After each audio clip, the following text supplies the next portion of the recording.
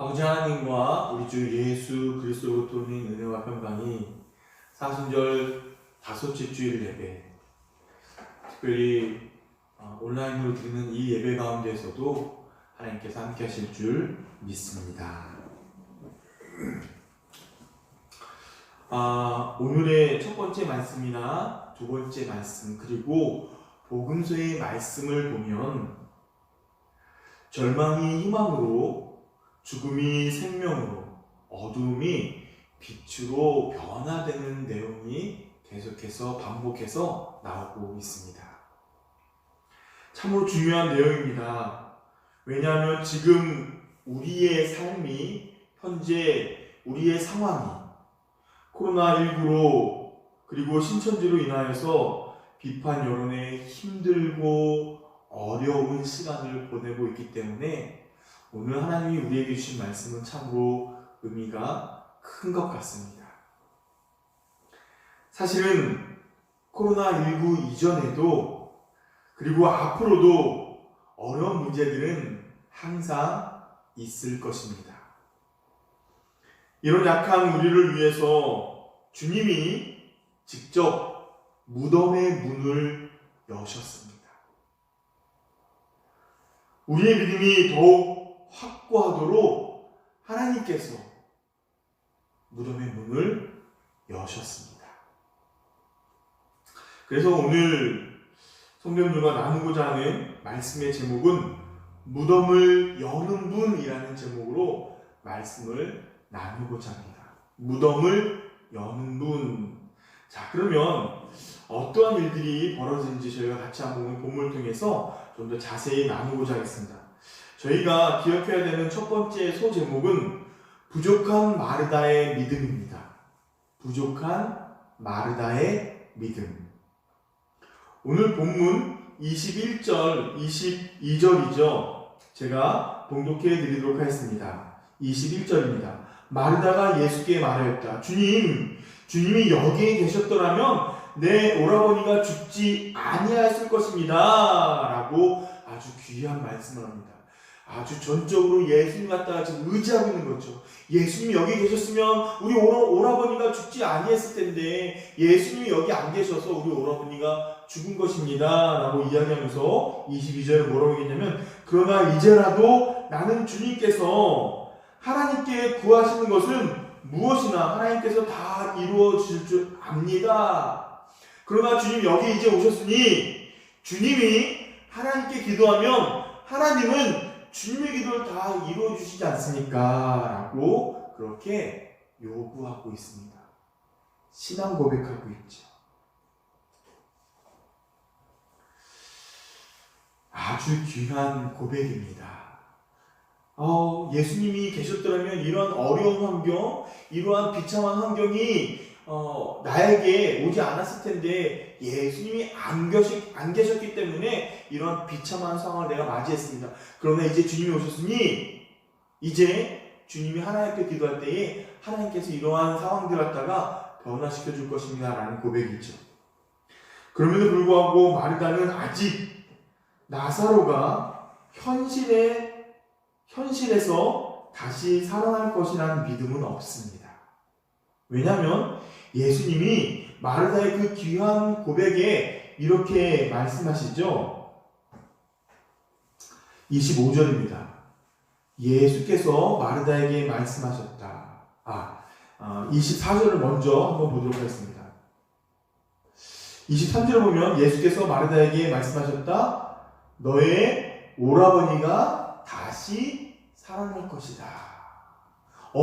이렇게 귀한 고백을 하는구나. 그래, 이제 너의 오라버니는 다시 살아날 거야. 라고 예수님이 말씀하십니다. 그러면 마르다가 감사합니다. 역시 예수님이십니다. 라고 그렇게 표현할 줄 알았는데 그게 아니라 뭐라고 말하냐면, 마지막 날 부활 때에 우리 오라버니가 다시 살아날 것을 내가 믿습니다. 내가 압니다. 라고 고백합니다. 뭐냐면 지금 예수님이 살아날 거라고 하기 때문에 지금이 아니라 마지막 때에 오늘 우리 오라버니가 부활할 것을 나는 믿고 있습니다. 라고 이야기하는 것이죠. 그러자 예수님이 얘야 나는 부활이고 생명이니 나를 믿는 사람은 죽어도 살겠고 살아서 믿는 사람은 영원히 살아 라고 지금 현실의 부활을 현실에서 다시 살아나는 것 갖다가 이야기하고 계십니다.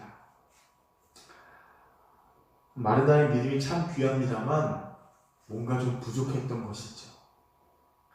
마르다는 현실에 갇힌 이성적 믿음에 머물러 있었습니다. 물론 이것도 아주 중요합니다. 이성적 믿음. 요즘 대한민국은 이성적 믿음이 아니라 아주 이성을 따지지도 않는 무조건적인 믿음을 강요하다 보니 많은 분들이 성경의 내용을 제대로 자세히 바르게 알지 못하고 그냥 무조건 믿는 것이 중요하다고 생각하는 것 같습니다만 사실 그것은 위험한 믿음이죠. 오늘 마르다는 그러한 무조건적인 믿음이 아니라 무언가를 알고 있었습니다. 구약에서부터 이야기해주고 있는 하나님 말씀을 잘 알고 있었고 그래서 오늘 그 알면서 이성적인 그런 믿음을 가지고 있었습니다만 그런데 본문을 보면 그 이성적 믿음을 갖다가 오늘 뛰어넘지 못하는 것을 예수님이 말씀하시는 것이죠. 예수님은 그녀가 부활이요 생명이신 예수님을 온전히 믿기를 원하시면서 오늘 당신이 부활임을 당신이 생명임을 그래서 죽어서 믿는 자는 살아나고 살아서 믿는 자는 영원히 살게 되는 것 같다가 말씀하시는 것입니다. 그 이야기를 듣고 나서 마르다가 다시 또 고백하죠. 본문 27절입니다. 마르다가 예수께 말하였다. 예, 주님. 주님은 세상에 오실 그리스도이시며 하나님의 아들이심을 내가 믿습니다. 이 고백은 헬라어 문법으로 완료 시제로 기록되어 있습니다. 이 마르다의 신앙 고백은 본문에 보면 헬라어 원문에 보면 현재 완료형으로 그렇게 완료 시제로 기록되어 있습니다. 왜 이러한 말씀을 드리냐면 완료 시제는 과거 시제나 현재 시제와는 달리 과거에서부터 지금까지 지속되는 행동이나 상태를 말해주는 것입니다. 그러니까 이 마르다의 그 신앙이 믿음이 조금은 부족했지만 과거에서부터 지금까지 계속 예수님에 대해서 의지하고 예수님에 대해서 하나님의 아들로 갖다가 그렇게 믿고 있었다는 사실이죠. 근데 주님이 도와주심으로 말미암아 그 믿음이 점점점 더 완성되어지고 그 고백이 점점점 더 완성되어짐을 우리는 성경 전체를 통해서 알 수가 있습니다. 그녀는 진실로 예수님을 그리스도요 하나님의 아들로 믿었습니다. 이 고백은 사실 베드로의 고백과 아주 비슷하죠. 근데 사랑하는 성도님들, 베드로의 신앙 고백처럼 마르다의 신앙 고백은 혼돈의 시대를 살고 있는 우리에게 꼭 필요한 신앙 고백입니다. 바이러스나 병마가 우리의 평강을 빼앗아갈 수 없습니다. 우리가 얻은 구원을 그러한 바이러스가 취소할 수 없습니다. 오직 예수님만이 그리스도이시고 오직 예수님만이 하나님의 아들로서 굳게 닫혀 있었던 누구도 열 수 없었던 우리도 도저히 열 수 없었던 그 무덤의 문을 여시고 우리를 건져 주셨습니다. 그래서 우리도 부족하다 할지라도 미약하다 할지라도 마르다처럼 신앙 고백하는 것이 중요합니다. 베드로가 예수님에게 신앙 고백한 이후에 어떻게 됐습니까? 예수님에게 꾸중을 들었죠. 마르다가 주님 앞에 고백했습니다. 예수님 여기 계셨으면 이러한 비참한 상황이 오지 않았을 텐데 예수님이 말씀하셔서 마르다가 다시 고백하죠. 내 주님은 세상에 오실 그리스도이시고 하나님의 아들이심을 내가 믿습니다. 그러나 그 이후에 베드로처럼 마르다는 또 뭐라고 그러냐면, 주님, 나흘이나 지났습니다. 썩은 냄새가 진동합니다. 라고 예수님에게 이야기하죠. 이처럼 우리의 신앙 고백은 부족할 수밖에 없습니다만, 그러나 우리의 신앙 고백은 아주 중요합니다. 왜냐하면 두 번째, 부족하지만 마르다의 신앙 고백은 나사로의 무덤 문을 여는 아주 중요한 열쇠가 됩니다. 첫 번째, 부족한 마르다의 믿음을 보았고, 그 부족한 마르다의 믿음을 오늘 우리도 그렇게 가져야 됨을, 부족할지라도 우리가 신앙의 고백을 가져야 되는 것 같다고 말씀드렸다면, 두 번째는 부족하지만 마르다의 신앙 고백은 나사로의 무덤의 문을 여는 키가 됩니다. 예수님이 나사로의 무덤에 도착하셔서 돌을 옮겨 놓은 후에 눈을 들어서 하나님께 기도하십니다. 이렇게 기도하신 이유는 나사로를 살리는 이적을 통해서 둘러선 무리들로 하여금 믿음을 얻게 하시라는 것이라고 말씀하시죠. 기도를 마치신 후 예수님은 큰 소리로 죽은 나사로를 향해서 나오거라 라고 명령하시고, 놀랍게도 죽었던 나사로가 무덤 밖으로 나옵니다. 어저께 죽었던 나사로가 아니라 죽은 지 나흘이나 돼서 무덤 주변에서 썩은 냄새가 진동하는데도 예수님이 선포하시자 나사로가 나옵니다. 죽은 나사로가 살아난 것은 예수님이야말로 생명의 창조자이심을 분명하게 보여주는 표적이죠. 이 표적은 십자가에서 우리를 위해 죽으시고 부활하신 예수님을 믿도록 우리를 인도해 줍니다. 주님이 이처럼 무덤의 문을 열 수 있는 유일하신 분이십니다. 나사로를 위해서 무덤의 문을 우리 예수님이 여셨습니다. 마르다와 주변에 있는 사람들을 위해서 무덤의 문을 여셨습니다.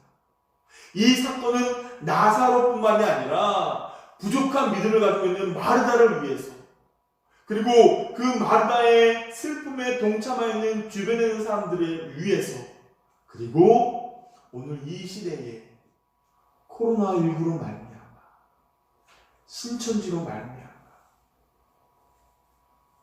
건강하지 못함으로 인해서, 대인관계로 인해서 힘들어하는 우리를 위해서 보여주시는 표징임을 믿으시기 바랍니다. 그래서 오늘 사실 복음을 통해서 주님은 우리의 무덤의 문을 여셨습니다. 성도님들의 무덤의 문을 열어주신 것입니다. 사실 이것은 오늘 본문뿐만이 아니라 성경 여기저기에 기록되어 있는 놀라운 하나님의 일하심이시죠. 저희가 오늘 교회론 말씀 첫 번째 성서봉독의 말씀이죠. 에스겔서 37장 1절에서 14절까지 말씀을 봤는데 12절과 13절의 말씀에 이렇게 기록되어 있습니다.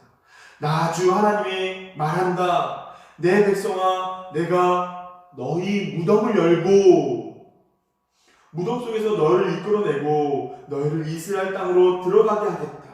내 백성아, 내가 너희 무덤을 열고 그 무덤 속에서 너희를 이끌어낼 그때에야 비로소 너희는 내가 주인 줄 알 것이다. 이미 구약에서 하나님께서는 무덤을 열겠다라고 약속해 주셨습니다. 무덤을 열고 이스라엘을 이끌어내어서 약속의 땅으로 들어가게 하겠다라고 약속해 주셨습니다. 동일한 의미로 시편 130편 8절에는 오직 주님만이 이스라엘을 모든 죄에서 속량하신다라고 고백하고 있지요. 무덤이 무엇입니까? 죽음이죠. 왜 죽습니까? 죄로 말미암아 우리는 하나님과 단절되어서 죽게 되는 것이죠. 그래서 시편 130편 8절의 말씀, 모든 죄에서 하나님만이 우리를 속량하신다. 동일한 의미입니다. 하나님이 우리를 무덤에서 건져낼 수 있다는 분이시라는 것이죠. 이뿐만이 아닙니다. 오늘 신약 성서 로마서 말씀이죠. 두 번째 성서봉도 로마서 8장 11절입니다.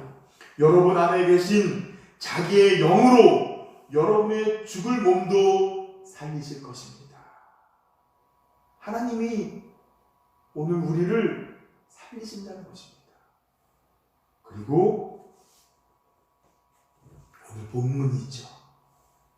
하나님이 보내신 하나님의 아들 예수 그리스도가 무덤의 문을 직접 여는 것을 보여주십니다. 무덤은 성경에서 죽음을 뜻합니다. 오늘 이 에스겔서 37장뿐만이 아니라 시편 30편, 잠언 1장, 전도서 8장, 욥기 17장 등등 오늘 죽음을 뜻합니다.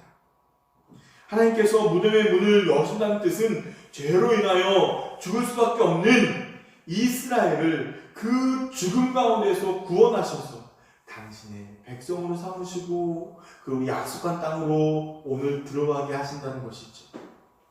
동일하게 하나님의 아들 예수님도 우리를 죽음에서 건지셔서 무덤을 열어서 구원하시는 분이심을 믿으시기 바랍니다. 오늘 이러한 귀한 사역 가운데에 부족하지만 마르다의 고백이 있었습니다. 주님이 계셨으면 오늘 우리를 더 이렇게 지켜주셨을 텐데. 네, 맞습니다. 주님은 하나님 보내신 그리스도이십니다. 하나님의 아들입니다. 사랑하는 성도님들, 우리가 온라인 예배를 계속 드리고 있습니다만 그래도 하나님이 우리와 함께 하시고 예수 그리스도께서 우리의 무덤의 문을 여셨음을 고백하시기를 바랍니다. 그래서 세 번째는 예수님이 죽으심으로 우리의 무덤도 열렸습니다. 첫 번째는 무엇입니까? 부족한 마르다의 신앙 고백이었죠. 부족한 마르다의 신앙 고백. 그래서 우리도 부족하지만 신앙 고백이 필요한 것 같다가 이야기했습니다. 두 번째, 부족하지만 마르다의 신앙 고백이 나사로의 무덤을 여는 키가 되었을 것 같다 같이 보았습니다. 세 번째는 예수님이 죽으심으로, 나사로뿐만이 아니라 예수님이 죽으심으로 우리의 무덤의 문이 열렸습니다. 특별히 나사로의 무덤 앞에 서신 예수님은 생명의 근원이신 하나님께 감사의 기도를 드렸죠. 왜냐하면 나사로뿐만이 아니라 오늘 이 일을 보는 모든 사람들을 위한 그러한 구원의 시작임을 예수님이 하나님 앞에 감사하지 않았습니까? 이처럼 기도는 하나님의 생명을 경험하게 하는 은혜의 또 다른 방편입니다. 예수 그리스도의 이름으로 하나님께 드리는 우리의 기도 역시 이러한 생명의 역사를 일으킬 수 있습니다. 말씀을 기준으로 한다면.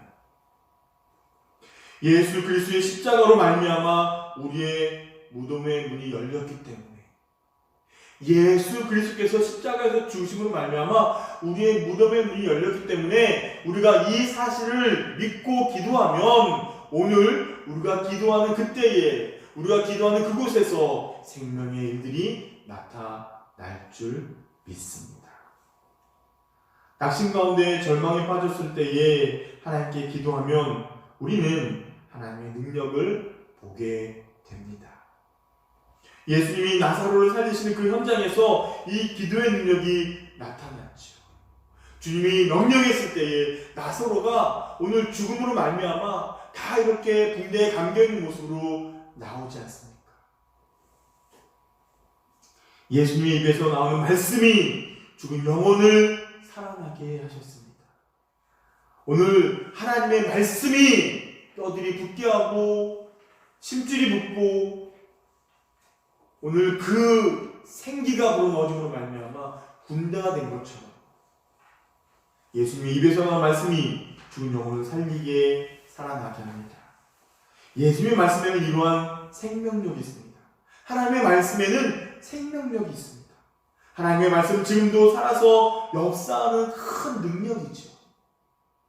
이 말씀을 듣는 자들에게 믿음이 생기며 절망에 빠진 영혼이 소망을 갖게 됩니다. 그렇기 때문에 반대로 우리가 말씀을 듣지 아니한다면, 우리가 말씀에서 떠난다면 어떻게 될까요? 아주 중요합니다. 온라인 예배지만 말씀이 있다면, 온라인 예배이지만 영과 진정으로 드린다면 그곳에서는 생명이 풍성하게 나타날 것입니다. 오히려 주일 공동 예배로 이곳에 모이지만 우리가 하나님의 말씀을 듣지 못한다면, 영과 진정으로 예배를 드리지 아니한다면 그곳에는 생명이 없는 것이죠. 오늘도 주님은 우리의 신앙 고백 가운데 말씀을 선포하시면서 우리의 무덤의 문을 열어주십니다. 상상도 하지 못했던 온라인 예배이지만 제가 자라나면서 우리 성도들이 청소년 때에 상상도 못하던 그러한 일들이죠. 온라인 예배. 각자의 집에서 개인이 드리는 예배이지만 믿음의 간절함으로 오늘 예수님께서는 우리의 무덤의 문을 열어주십니다. 코로나19로 인하여서 정부에서 방역을 강화하고 종교 모임을 삼가라고 하고 있습니다. 이에 일부 개신교 교단들은 종교 탄압이다, 신성 모독이다라고 주장하고 있습니다. 군부 독재 시절과 민주화 운동 시절에도 예배 중단은 없었던 일이기 때문에 우리는 절대로 예배를 중단하지 않겠다라고 이야기하고 있습니다. 우리가 꼭 예배당에 모일 때에만 하나님이 임하실까요? 우리가 꼭 예배당에서 기도할 때에만 하나님이 우리의 음성을 들으실까요? 우리가 예배당 안에 들어와야지만 오늘 천국의 티켓을 받는 것일까요? 기독교 역사에 보면 이러한 일들이 반복해서 나타났던 것 알고 계십니까? 2주 전인지 3주 전인지 잠깐 이야기를 나눴습니다만 1918년 스페인 독감이 전 세계적으로 유행하던 당시 스페인에서도 비슷한 일이 있었습니다. 이게 스페인 독감이라고 그렇게 이름이 붙은 이유가 있습니다. 사실은 전역에서 세계 곳곳에서 이 독감으로 말미암아 수많은 사람들이 죽었습니다만 왜 스페인 독감이라고 이름을 붙였냐면 유달리 스페인에서 많은 사람들이 죽었기 때문에 그렇습니다. 스페인의 서부 지방 도시인 사모라 지방에서 그 지역을 담당하던 카톨릭 주교가 시민들에게 전염병에 대항해서 기도를 시작했습니다. 전염병으로 인해서 많은 사람들이 죽으니 우리가 함께 모여서 기도합시다. 그래서 많은 사람들이 모여서 함께 기도했습니다. 독감이 끝난 이후에 통계를 봤는데 사모라라는 이 지방, 스페인 지방에서 가장 많은 사망률을 내었습니다. 왜냐하면 기도 모임을 통해서 독감 감염이 확산됐기 때문에 그렇습니다. 과거의 예를 살펴보지 않더라도 우리나라에서 교회와 신천지 시설 등에서 집단 감염이 일어난 것과 마찬가지로 말레이시아에서 열린 대형 이슬람 종교 집회에서 500명 이상이 집단 감염에 걸렸습니다. 또한 이란에서도 이슬람 성지순례 등 종교 행사를 통한 집단 감염이 계속 발생하고 있습니다. 이럴 때 우리가 어떻게 신앙생활하는 것이 올바른 신앙생활일까요? 우리 교회가 이러한 전염병에 대해서 어떻게 대응해야 될까요? 마르틴 루터의 대응이 오늘 개신교회에겐 좋은 교훈이 될 수 있습니다. 16세기 초 유럽에 또다시 패스트가 유행했습니다. 1527년 루터가 머물던 독일 비텐베르크에서도 패스트 환자가 쏟아지기 시작했습니다. 패스트가 유행하자 독일의 교회들은 고민에 빠졌습니다. 중세시대의 사람들 대부분이 그랬듯이 당시 신자들은 패스트가 하나님의 심판이라고 여겼기 때문에 기도하는 것 이외에는 별다른 대응을 생각하지 못했습니다. 아니요, 생각하지 않았습니다. 병을 피해 도망치는 것은 하나님의 심판을 피하는 것이라고 생각했기 때문에 심지어 약을 먹는 것조차도 하나님을 거역하는 것이라고 주장하는 이들이 오늘 나타나기 시작했습니다. 이런 생각 때문에 피해는 커질 수밖에 없었습니다. 이럴 때에 루터가 나타났습니다. 루터가 나섰지요. 루터는 전염병을 피해서 다중이 모이는 공동 예배를 1527년 7월 말부터 10월 말까지 중단하라고, 그리고 가정 예배를 드리라고 그렇게 이야기합니다. 또 루터는 그해 치명적 흑사병으로부터 도망칠 수 있을 것인가 라는 글을 통해서 적극적인 대응을 신자들에게 주문했습니다. 한번 들어보시기 바랍니다. 약을 먹으라. 집과 마당과 거리를 소독하라. 사람과 장소를 피해라. 나는 내가 꼭 가야 할 장소나 꼭 만나야 할 사람만 만나겠다. 아니면 다른 것은 피하겠다. 나와 이웃 간의 감염을 나는 예방할 것이다. 혹시라도 나의 부지와 태만으로 이웃이 죽음을 당하게 해서는 안 되기 때문이다. 그러나 만일 이웃이 나를 필요로 한다면 나는 누구든 어떤 것이든 마다하지 않고 달려갈 것이다. 사랑하는 성도님들, 공동 예배를 드리지 못해서 신앙의 위기가 아닙니다. 온라인으로 드리는 개인 예배를 할지라도 영과 진리로 예배를 드리지 못하기 때문에 신앙의 위기인 것입니다. 물론 함께 예배 드리면 더 영과 진리로 예배 드릴 수 있지요. 서로 보고 있기 때문에, 서로 돕기 때문에 이 예배를 서로 막 돕지 않습니까? 그렇죠. 반주자, 캔들라이터, 헌금, 안내자. 그래서 사실 개인 예배는, 온라인을 통한 개인 예배는 많이 힘든 것이 사실입니다. 아무도 보지 않기 때문에 우리의 자세가 흐트러질 수 있는 위험이 있습니다만, 그럼에도 불구하고 영과 진리로 예배를 드린다면 아무 문제가 되지 않습니다. 우리가 온라인으로 예배를 드리지만 영과 진리로 예배할 때에 주님은 우리의 무덤의 문을 열어주십니다. 이것은 정말 중요한 것입니다. 단순히 방문을 열거나 현관문을 여는 것과는 차원이 다르죠. 인류는 이 무덤의 문을 열고자 많은 노력을 했습니다. 전 세계의 사람들은 무덤의 문을 열 수 없어서 두려움과 공포에 빠졌습니다. 그래서 죽음을 두려워했죠. 죽음에서 벗어나고 싶어 했습니다. 그 죽음의 문에 들어가지 않기 위해서 수많은 노력을 했습니다.